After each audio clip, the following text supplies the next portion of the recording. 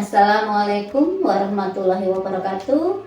Saya Titik Porwanti, mahasiswi PPG dalam jabatan Angkatan Ketiga Bidang Studi Kimia Universitas Negeri Medan tahun 2023. Ini adalah video praktek pembelajaran inovatif pada kegiatan PPL di SMK Negeri 5 Tebo. Selamat menyaksikan.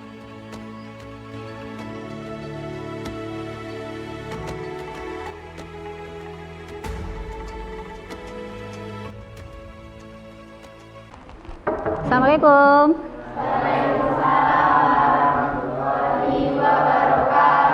Selamat pagi semuanya. Sehat semuanya? Sebelum memulai pembelajaran, kemudian kita berdoa terlebih dahulu. Alhamdulillahirabbil alamin. Ar-Rahman. Baik, pagi ini masih semangat semuanya? Semangat. Gimana semangatnya? Semangat. Absensi dulu.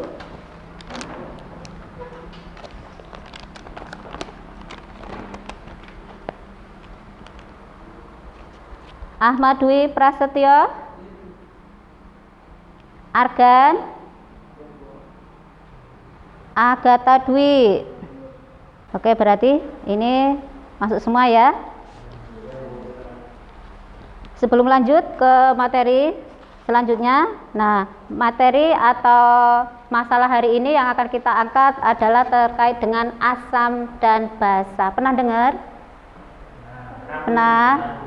Kalau terkait asam dan basa ini sangat diperlukan sekali atau berkaitan dengan kehidupan kita sehari-hari ya. Misalnya dalam basa itu kan ada beberapa yang dalam penggunaan produk-produk mesti sabun, kemudian Pepsodent dan sebagainya, itu ya. Nah, dari pemaparan ini nanti pembelajaran kita, Ibu berharap karena yang kita nanti adalah indikator alami, jadi kita bisa lebih tahu dan pemanfaatan dari indikator alami itu yang ada di sekitar kita atau di lingkungan kita. Kemudian, nah ini kompetensi dasarnya atau indikator yang akan kita capai. Menganalisis sifat larutan itu berdasarkan konsep asam basa dan pH larutan, asam kuat dan asam lemah, basa kuat dan basa lemah dalam kehidupan sehari-hari. Kemudian nanti yang 4.6 itu akan membandingkan sifat-sifat larutan melalui praktikum berdasarkan konsep asam basa dan pH larutan, asam kuat, asam lemah, basa kuat, basa lemah dalam kehidupan sehari-hari. Menganalisis sifat larutan berdasarkan pH larutan, kemudian kita akan melakukan percobaan asam basa menggunakan indikator alami. Itu yang akan kita lakukan di pertemuan berikutnya. Gitu ya, paham ya? Nah, tujuan pembelajaran ini setelah kita belajar, nanti diharapkan siswa mampu menjelaskan tentang teori asam basa menurut Arrhenius, Bronsted Lowry, serta Lewis ya. Kemudian siswa juga mampu menjelaskan tentang ciri asam dan basa. Ketiga, siswa menganalisis sifat larutan berdasarkan konsep asam basa dan pH larutan, asam kuat dan asam lemah, basa kuat dan basa lemah dalam kehidupan sehari-hari.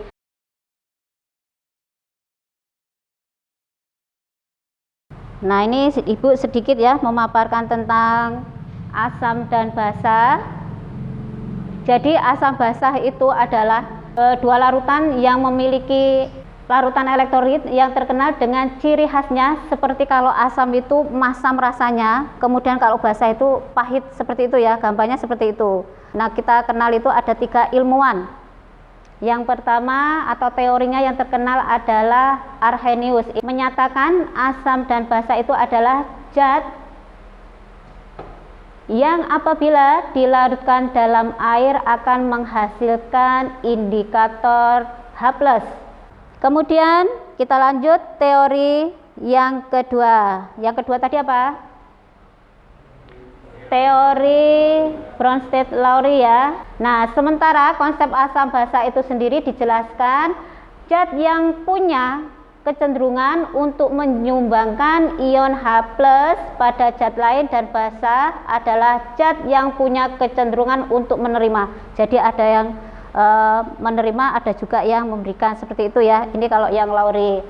Kemudian untuk yang ketiga, ini adalah teori asam basa Lewis yang terakhir. Kalau Lewis apa pernyataannya? Lewis apa? Zat yang punya kecenderungan menerima pasangan elektron basa. Kalau basa memberikan, berarti ya menerima dan memberikan elektron. Nah, dari itu tadi keterangan untuk teorinya. Indikator asam basa. Indikator. Nah, sifat larutan asam basa ini dapat ditunjukkan dengan menggunakan indikator. Makanya kita kenal ada indikator alami juga ya. Seperti itu ya. Makanya ada yang terang, ada yang pekat, ada yang netral dan sebagainya. Itu nanti akan berbeda-beda warnanya. Silakan kalau ada yang mungkin bertanya. Sebelum nanti kita bagi kelompok.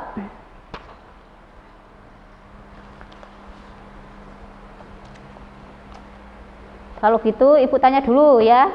Tadi kan kita membahas tentang indikator alami. Nah, contoh-contoh dari indikator alami itu apa aja? Bunga sepatu. Satu, dera, bunga sepatu, kunyit. Ada lagi? Kulit manggis. Yang cowok suaranya. Bunga sepatu sudah, kulit manggis sudah. Apa lagi?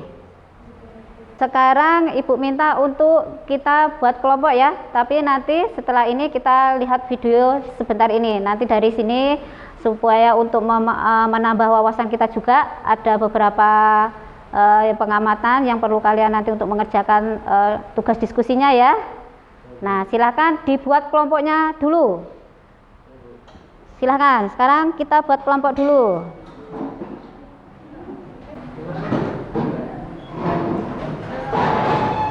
Oke, sudah terbentuk ya kelompoknya. Kita lihat video sebentar.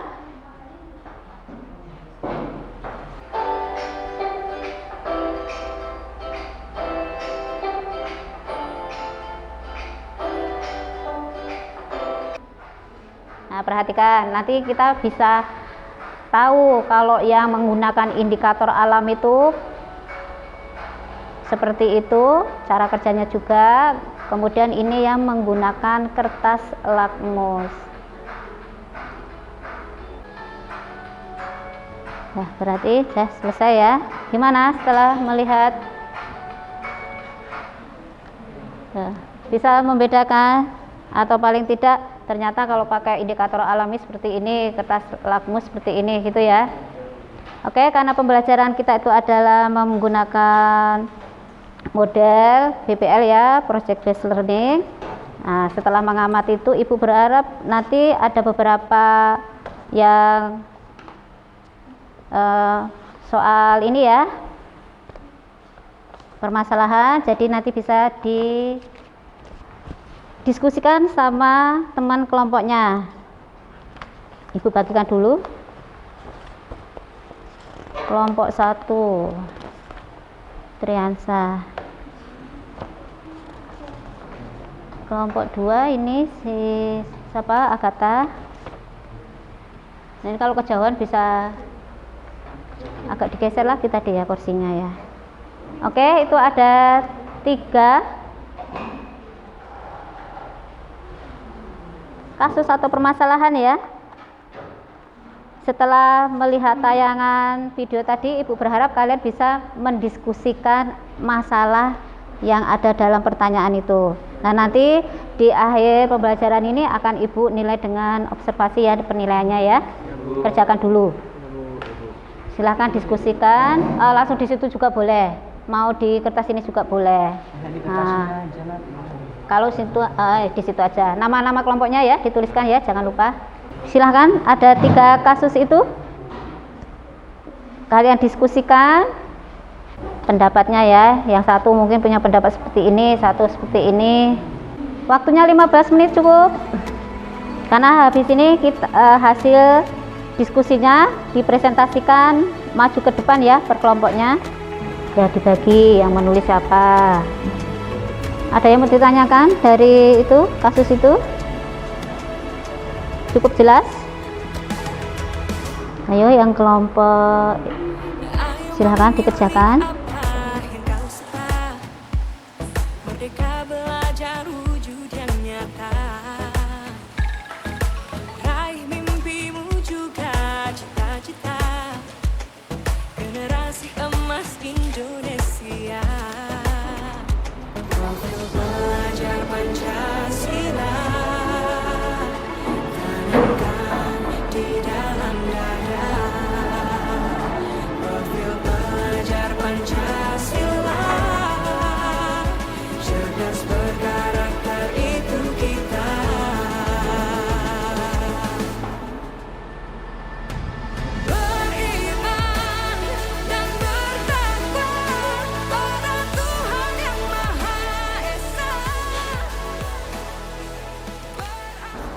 Dipahami ya. Nah, kalau masih ini diskusikan kira-kira kalau yang menurut misal triasa seperti ini ada nggak tambahan dari yang lainnya atau kawannya. Ini kan masih terkait dengan video dan materi yang kita tampilkan tadi ya. Iya, Bu.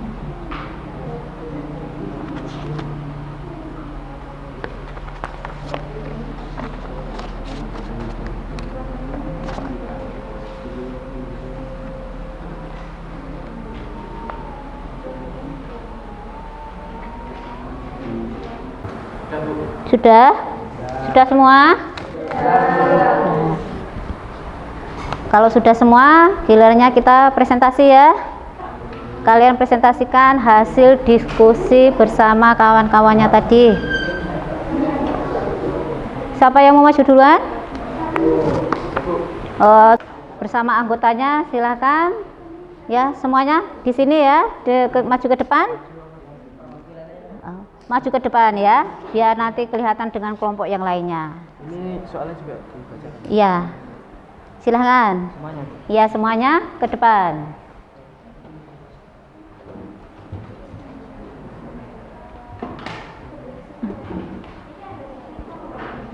Yang mewakili membacakan siapa? Kelompok ketuanya. Oh ya.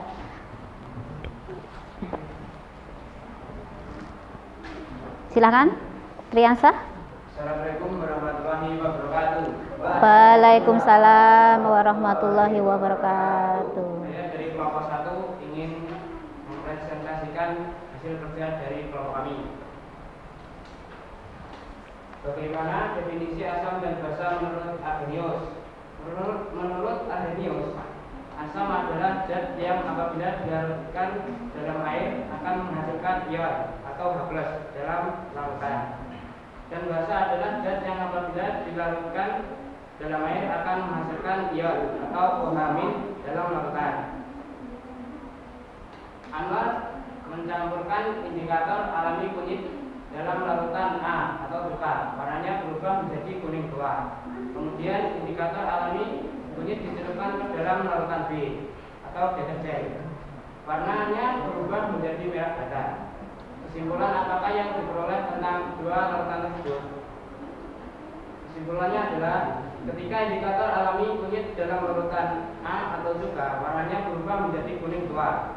Ini disebabkan karena larutannya berubah menjadi asam.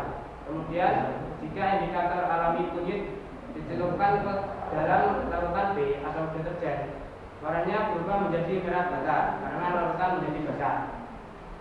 Seorang siswa menguji beberapa larutan menggunakan indikator alami kunyit. Hasil pengujiannya ditunjukkan sebagai berikut. Larutan, warna larutan. 1. Sebelum kuning, sesudah kuning. 2. Sebelum kuning, sesudah kuning tua.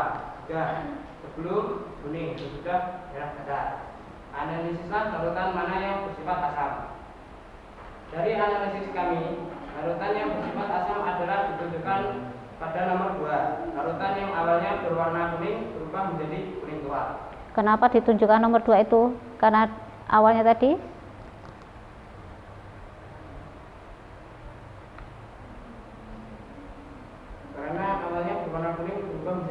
kuning tua. Kuning terus berubah menjadi kuning tua. Oh ya. Ada pertanyaan mungkin? Atau kurang jelas tadi? Boleh silahkan.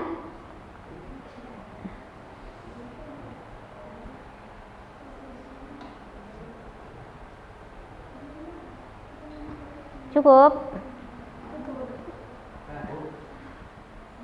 Perlu diulang atau gimana?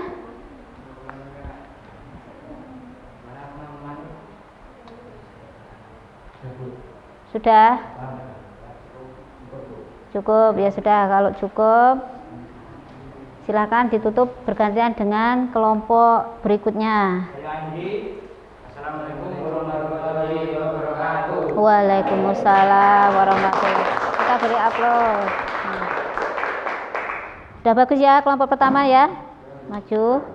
Berikutnya jadi sudah dipaparkan tadi itu. Kelompok berapa? 2 apa 3 yang mau maju? 2 dulu. Oh, berurutan. Ya, silahkan.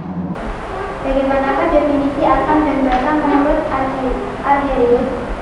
Kalau ulangi jawaban nomor 1. Asam adalah senyawa yang melepaskan ion H+ atau ion hidrogen ketika dilarutkan dalam air. Bedanya hanya H+ sama OH- ya untuk asam basanya itu. Terakhir kelompok 3, silakan.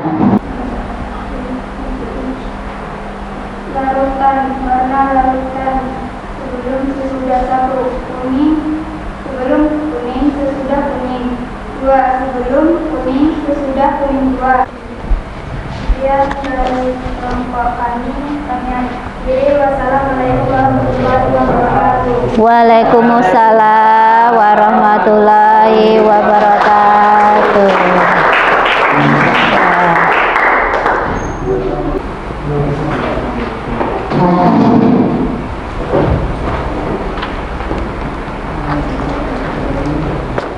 Nama kelompoknya jangan lupa ya.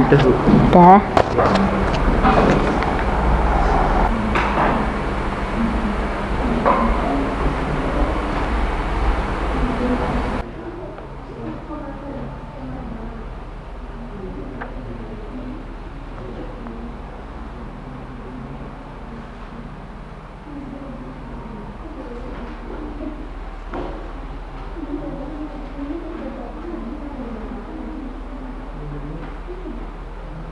Semuanya aktif ya, tapi pas presentasi mungkin ada yang masih kurang ya dalam penyampaiannya, atau mungkin masih kurang siap ya tadi ya. Kelompok 3 Ibu lihat, kelompok 1, 2 itu sudah cukup bagus ya persiapannya juga. Terus Ibu juga lihat dari di sini ya, dalam mengambil menghargai pendapat teman, kemudian bekerja sama, ada sikap jujur, disiplin, tanggung jawab, dan bekerja sama.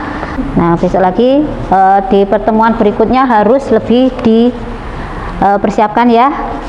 Kesimpulannya apa kira-kira materi kita hari ini tentang asam basa? Ya, silahkan.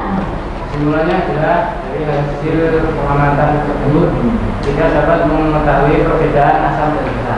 Mengetahui perbedaan asam dan basa. Kalau basa itu pahit dan sifatnya gelap. Sifatnya lebih gelap.